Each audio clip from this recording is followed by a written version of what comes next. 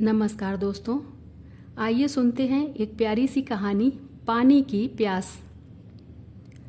राधिका एक छोटी सी बच्ची थी जो एक गांव में रहती थी। राधिका की माँ नहीं थी। उसके पिता गांव के जमींदार के खेतों पर मजदूरी करते थे। राधिका के पिता श्यामलाल जी बहुत जल्दी उठकर खाना बनाते, फिर राधिका को तैयार कर स्कूल भेजते।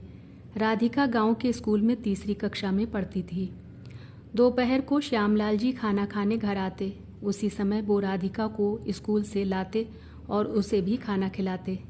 बाद में राधिका बच्चों के साथ खेलने में लग जाती और श्यामलाल जी वापस अपने काम पर चले जाते थे। इसी तरह दिन बीत रहे थे। एक दिन बहुत गर्मी पड़ रही थी।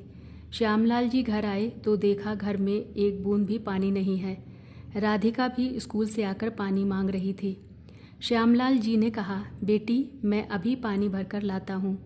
वे मटका लेकर पानी लेने कुएं की ओर चल देते हैं, लेकिन तेज गर्मी से उन्हें चक्कर आ जाते हैं और वे वहीं कुएं के पास गिर जाते हैं। गांव के कुछ लोग उन्हें उठाकर घर ले आते हैं। श्यामलाल जी के सिर से खून निकल रहा था, जिसे देखकर राधिका डर जाती है और रोने लगती है। श्यामलाल जी बेहोश हो गए थे। गांव के वैद्य जी को बुलाया जाता है। वे कहते हैं बहुत गर्मी के कारण ये बहुत कमज़ोर हो गए हैं। वैद्य जी उनके सर पर पट्टी बांध देते हैं। वे बताते हैं कि रात तक उन्हें होश आ जाएगा।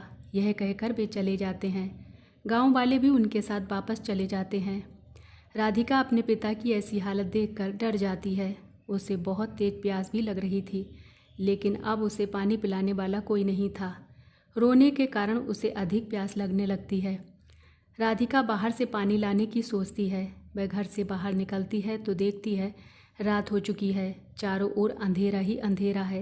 वह डर के मारे वापस घर में आ जाती है, लेकिन प्यास से उसका बुरा हाल था।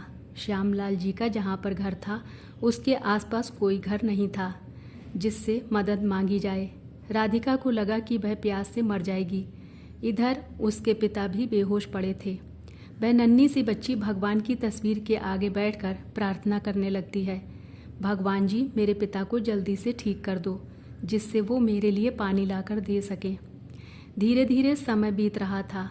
अब प्यास के मारे राधिका बेहोश होने लगी थी। वह धीरे धीरे भगवान को पुकार रही थी, भगवान जी पानी भिजवा दो, नहीं तो मैं मर जाऊंगी। राधिका लेटे लेटे ऐसे ही बड़बड़ा रही थी। उसकी आंखें बंद होती जा रही थीं। आज उसे अपनी माँ की बहुत याद आ रही थी।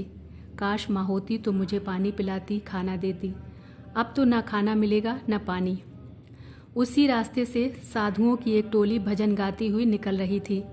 एक साधु श्यामलाल जी के घर के दरवाजे पर आए और भिक्षा मांगने लगे। जब किसी ने दरवाज़ा नहीं खोला तो साधु वापस जाने लगे। तभी उनके कानों में राधिका की आवाज़ आई, भगवान जी पानी भिजवा दो। साधु ने दरवाजे को धकेला तो वह खुल गया। उन्होंने देखा एक बच्ची जमीन पर पड़ी हुई है। उन्होंने अन्य साधुओं को आवाज़ दी और अंदर आकर राधिका को पानी पिलाया। राधिका को कुछ होश आया। फिर उनमें से एक साधु ने राधिका को खाने के लिए दिया, जिसे खाकर राधिका ने पानी पिया। साधु ने पूछा, बेटी तुम बेहोश कैसे हो गई? तब राधिका ने सारी बात बता दी। फिर राधिका ने पूछा, आप भगवान हैं या भगवान जी ने आपको भेजा है? मैंने तो उनसे ही कहा था।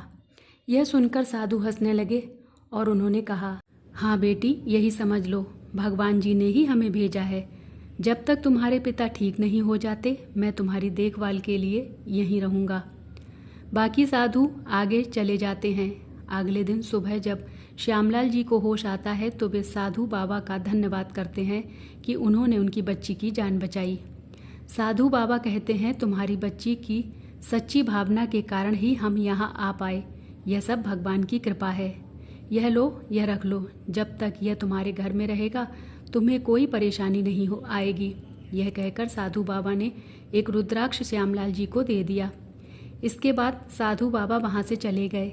श्यामलाल जी ने राधिका को गले से लगा लिया। बेटी तेरी प्रार्थना भगवान ने सुन ली। अगर तुझे कुछ हो जाता तो मैं कभी अपने आप को माफ़ नहीं कर पाता। श्यामलाल जी ने साधु से मिला रुद्राक्ष पूजा के मंदिर में रख लिया। उसके बाद तो उनके दिन बदल गए। जमींदार ने श्यामलाल जी के काम से खुश होकर उन्हें थोड़ी सी ज़मीन दे दी। जिस पर वे खेती करने लगे। अच्छी फसल होने से वह दुगने दाम पर बिक गई। इसी तरह खेती करते करते उन्होंने ज़्यादा ज़मीन खरीद ली। अब वे मज़दूरों से काम करवाते और फसल को शहर में बेचते, जिससे अच्छा पैसा मिलता। फिर श्यामलाल जी ने बड़ा सा घर बना लिया, जिसमें कई नौकरानी रख ली जो राधिका की देखभाल करती थी। इस तरह एक बच्ची की पानी की प्यास ने उन्हें जीवन का हर सुख दे दिया। जय श्री कृष्णा। राधे राधे।